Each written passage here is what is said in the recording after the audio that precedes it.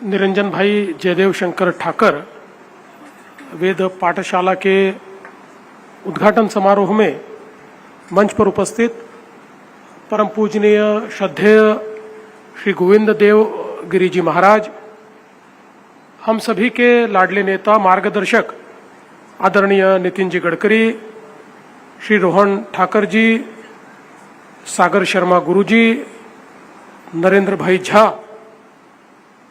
मंचासीन सभी महानुभाव, उपस्थित सभी वेदपाठी और यहां पर उपस्थित सभी बहनों और भाइयों, ये बहुत ही हर्ष की बात है कि निरंजन भाई की स्मृति में उनके परिवार ने यह निर्णय किया, चूंकि वो वेदों के ज्ञाता थे, तो ये जो हमारी एक बहुत ही प्राचीन परंपरा है, इस परंपरा को आगे बढ़ाने के लिए, इस परंपरा को और इस ज्ञान को अगली पीढ़ियों तक पहुंचाने के लिए इस प्रकार की वेद पाठशाला खोली जाए, ये बहुत ही सुंदर निर्णय है। और मैं रोहन भाई आपको और पूरे परिवार को बहुत दिल से धन्यवाद देता हूं। हम लोग ये मानते हैं कि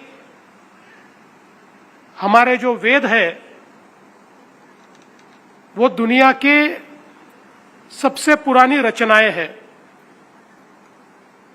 और जानबूझकर दुनिया में जब इतिहास रचा गया तो हमको ये पढ़ाया गया कि वेदों की उम्र कितनी है, तो 1500 साल, 2000 साल, इस प्रकार से वेदों की उम्र बताई गई। फिर बाद में कहा गया कि ईसा पूर्व 1000 साल, इन्हें 2500-3000 साल। लेकिन जिस समय आधुनिक पद्धति से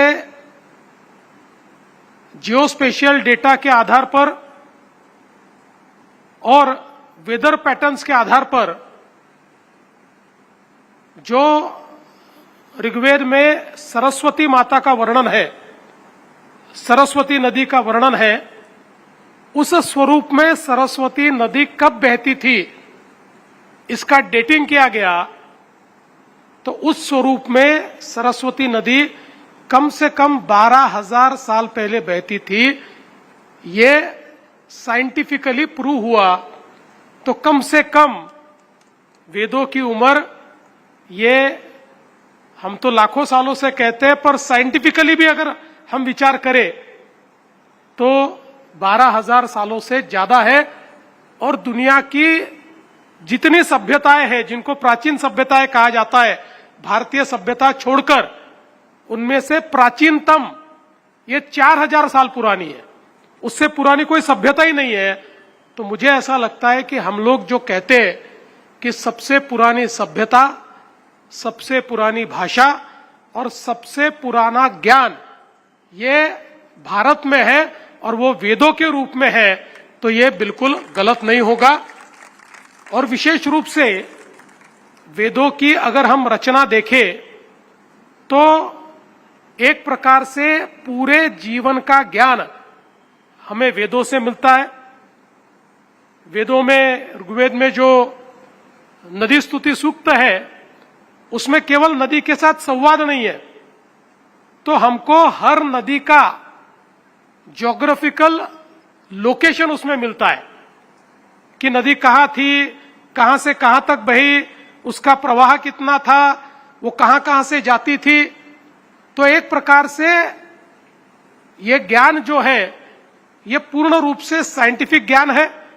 और हम लोग जानते हैं अथर्ववेद में जिस प्रकार से पूर्ण रूप से वैज्ञानिक पद्धति से एक जीवन पद्धति का निर्वाह करने का ज्ञान हमको मिला है, वो अपने आप में बहुत महत्वपूर्ण है।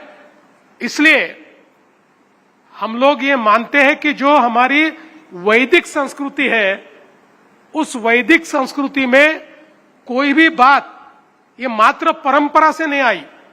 हर बात विज्ञान की कसौटी पर और विशेष रूप से एक समृद्ध जीवन पद्धति को विस्तारित रूप से हमें बताने वाला इस प्रकार का ज्ञान हमको वेदों के माध्यम से मिलता है। और मैं ऐसा मानता हूं कि अब तो दुनिया में भी वेदों के ऊपर बहुत ज्यादा अनुसंधान हो रहा है, हमारे देश में भी हो रहा है। ऐसे समय ये जो ज्ञान है, इस ज्ञान को आने वाली पीढ़ियों तक ले जाने का ये जो प्रयास है, ये अपने आप में बहुत ही महत्वपूर्ण इस प्रकार का प्रयास है। इसलिए मैं ठाकर परिवार को बहुत बहुत धन्यवाद देना चाहूंगा। केवल एक निवेदन करना चाहूंगा, आपको अगर ठीक लगे तो निवेदन मेरा इतना ही है कि इसको एनजेटी वेद पाठशाला की जगह निरंजन वेद पाठशाला कहिए, ठाकर वेद पाठशाला कहिए, जो आपको ठीक लगे वो कहिए। पर एनजेटी ये थोड़ा ठीक लगता नहीं है, फिर भी जो आप निर्णय करेंगे वो निर्णय बिल्कुल ठीक होगा। तो मैं इस बहुत ही अच्छे कार्यक्रम में आपने यहाँ निमंत्रित किया, और जैसे हम सभी लोग जानते हैं कि परम पूजनीय श्रद्धेय गोविंद देवगिरी जी महाराज को दिल्ली जाना है, उनके पीछे पीछे मुझे भी मुंबई जाना है, इसलिए मैं अपने शब्दों को यहीं विराम देता हूं। धन्यवाद। जय हिंद।